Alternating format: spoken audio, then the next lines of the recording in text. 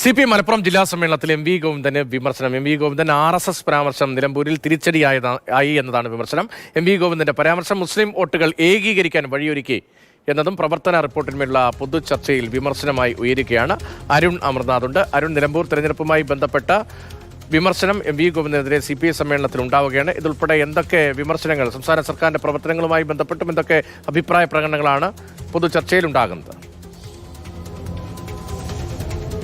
പ്രതീക്ഷ, നിലമ്പൂർ ഉപതെരഞ്ഞെടുപ്പിന്റെ വോട്ടെടുപ്പിന്റെ തലേന്നായിരുന്നു ഇത്തരത്തിൽ എം വി ഗോവിന്ദൻ മാതൃഭൂമി ന്യൂസിലും അഭിലാഷ് മോഹന് നൽകിയ അഭിമുഖത്തിലെ RSS പരാമർശം വലിയ വിവാദങ്ങൾക്കും ചർച്ചകൾക്കും ഒക്കെ വഴിവെച്ചത്. ആ പരാമർശം തിരിച്ചടിയായി എന്നൊരു വിലയിരുത്തലിലാണ് CPI എത്തിയിട്ടുള്ളത്. അത് തിരഞ്ഞെടുപ്പിൽ തിരിച്ചടി നേരിടാനുള്ള ഒരു കാരണമായി.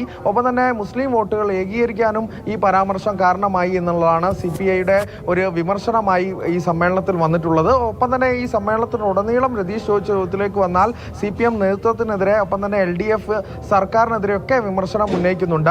CPI സെക്രട്ടറി ബിനോയ് വിശ്വത്തിനെതിരെയും വിമർശനം ഇന്നലെ ഉയർന്നിരുന്നു. അതായത് പലപ്പോഴും CPMന് വിധേയമാകുന്നു, അത്തരത്തിലൊരു അടിമപ്പെടുന്ന ഒരു സാഹചര്യത്തിലേക്ക് കാര്യങ്ങൾ പോകുന്നു, കൃത്യമായ ഒരു നിലപാടില്ലാതെ CPI മാറുന്നു എന്നുള്ള ഒരു രൂക്ഷ വിമർശനങ്ങളൊക്കെയാണ് CPI സമ്മേളനത്തിലുടനീളം ഉയർന്നത്. ഒപ്പം തന്നെ വെള്ളാപ്പള്ളിയുടെ പരാമർശത്തിലുൾപ്പെടെ CPIക്ക് സ്വതന്ത്ര നിലപാടുണ്ടായിരുന്നു. എന്നാൽ അത് CPM നിലപാടിനെ പിന്തുണയ്ക്കേണ്ട ഒരു ഗതിയിലേക്ക് CPI എത്തി എന്നുൾപ്പെടെയുള്ള വിമർശനങ്ങൾ ഉണ്ടായി. അതിൻ്റെയൊക്കെ പിന്തുടർച്ചയായിക്കൊണ്ടാണ് എം വി ഗോവിന്ദന്റെ പരാമർശം കൂടി ഇത്തരത്തിൽ വിമർശിക്കപ്പെടുന്നത്. CPI ജില്ലാ സമ്മേളനത്തിൽ ഇന്ന് സമ്മേളനത്തിന്റെ സമാപന ദിവസം കൂടിയാണ്. രതീഷ്.